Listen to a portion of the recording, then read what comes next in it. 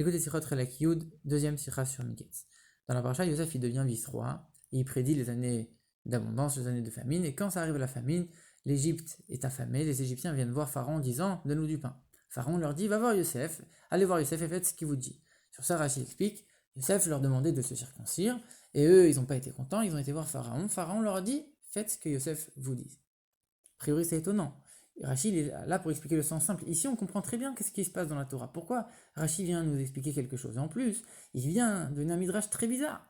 D'où Rachid il tire que Yosef il voulait qu'il fasse la Brit Mila, qu'ils ont été voir d'abord Yosef, après ils ont été voir Pharaon, etc. D'où Rachid tire tout ça.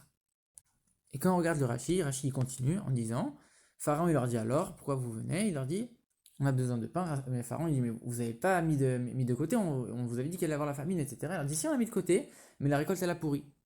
Et Pharaon il leur dit ah si c'est comme ça, Yosef il a pu décréter que la récolte allait pourrir, il peut décréter que nous allons mourir, alors il faut l'écouter.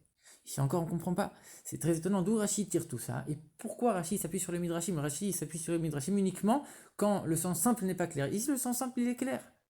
Et en plus il ramène des histoires très spéciales. Pourquoi Et d'où la Brit Mila, et Pharaon qui dit que nous on va mourir, etc. Pourquoi ça prend une ampleur pareille? En plus Pharaon il s'inclut dedans comme pour dire que Yosef il a une emprise sur Pharaon aussi. Qu'est-ce qui se cache derrière tout ça? Encore plus, une question encore plus profonde, pourquoi Yosef leur demande de se circoncire? C'est quoi son intérêt?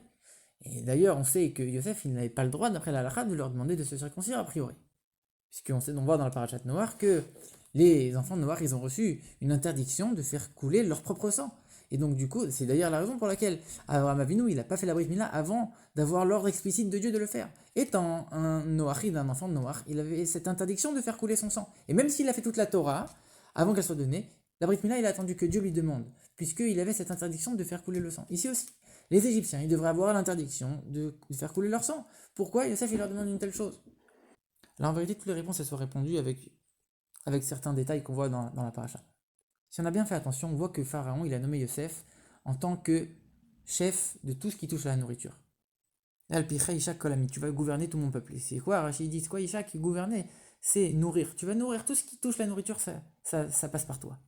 Et Yosef, il était connu, il marchait en Égypte, il allait voir, il gérait exactement tous les stocks. Donc tout le monde savait que c'était lui qu'il fallait voir quand il y avait un problème au niveau du blé. Et ici, la Torah vient nous dire quoi? Les Égyptiens, ils ont été criés à Pharaon pour le blé. Quoi? Comment c'est possible? Là, on doit tout de suite sauter en l'air. Comment c'est possible que on va voir Pharaon au lieu d'aller voir Yosef? C'est Yosef qui s'occupe du blé.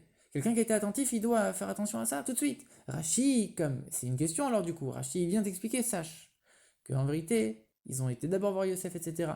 Mais comme c'est tellement évident qu'ils sont passés par Yosef avant, puisque c'est Yosef qu'il fallait aller voir pour ça, donc c'est tellement évident, la Torah ne te le mentionne même pas, elle te mentionne que la deuxième partie où ils sont partis voir Pharaon, etc. Et si Yosef leur a pas donné, alors pourquoi il leur a pas donné? Parce que ils n'ont pas voulu accomplir une certaine chose, et ça on ne le sait pas encore. Mais comme on sait de quelle manière Dieu a demandé à Abraham de faire la Brit Mila, alors on peut le comprendre. Comment Dieu il a demandé à Abraham de faire la Brit Mila? Il a dit non seulement toi tu vas te circoncire, mais toute ta maisonnée, c'est-à-dire tous tes serviteurs, tous tes intendants, etc. Tous ceux qui sont sous ta responsabilité, sous ta gouvernance, ils doivent se circoncire.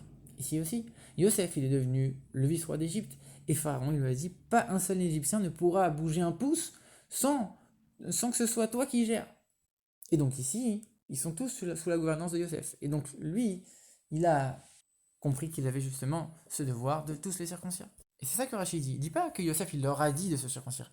Yosef il leur disait constamment, que Yosef leur disait constamment de se circoncire. Parce qu'en vérité, il leur disait depuis le début déjà. Et quand maintenant c'est arrivé le moment de la famine et il a un moyen de pression, alors il leur dit regardez, soit vous circoncisez, soit il n'y a pas de blé. Et Pharaon il s'est même inclus dedans. Il aurait pu lui dire donnez l'ordre à Yosef d'arrêter et que maintenant il va leur donner. Il va leur donner le blé. Et si on voit que Pharaon ne l'a pas fait, alors de là on comprend qu'il y avait quelque chose qui se cachait, que même Pharaon lui-même il avait peur. Il a dit peut-être qu'il va décréter que nous aussi on va mourir, etc. C'est la seule chose qui pouvait mettre la pression à Pharaon pour ne pas écouter les Égyptiens et ne pas forcer Yosef à leur donner du blé. Maintenant, dans le sens un peu plus profond des choses, on voit que la différence entre Yosef et ses frères, Yosef c'est un niveau plus élevé, le niveau de Hatzilut par rapport à ses frères. Il pouvait être complètement rentré, il pouvait rentrer dans la matérialité du monde sans perdre son lien avec Dieu, alors que ses frères ils avaient besoin de se séparer, d'être des bergers séparés du monde pour se connecter à Dieu. Lui, même dans le monde, mais même dans l'Égypte, le pays le plus débauché du monde, il avait gardé sa connexion avec Dieu. Et non seulement lui-même avait gardé ce lien profond avec Dieu constamment. Mais encore plus que ça, il a transformé l'endroit qui était le plus débauché du monde, il a réussi à faire faire la Brit Mila. La Brit Mila, c'est pour travailler justement les pulsions. Et le pays le plus débauché, il a réussi à leur faire travailler même le côté le plus bas, à leur faire la Brit Mila. Comme nous, dans les Télim, on a appelé le Tzon de Yosef, Noé Katzon Yosef, le peuple de Yosef. Alors on doit prendre cet enseignement que même si on se trouve dans un endroit qui est le plus bas possible, on a le pouvoir de l'éclairer, on a le pouvoir d'aider les juifs qui s'y trouvent. Et encore plus que ça, de donner l'exemple aux non-juifs qui s'y trouvent pour que même eux soient liés à Dieu. Et ça, c'est une des préparations de la venue de Mashiach, quand tout le monde reconnaîtra et servira Dieu ensemble du même épaule.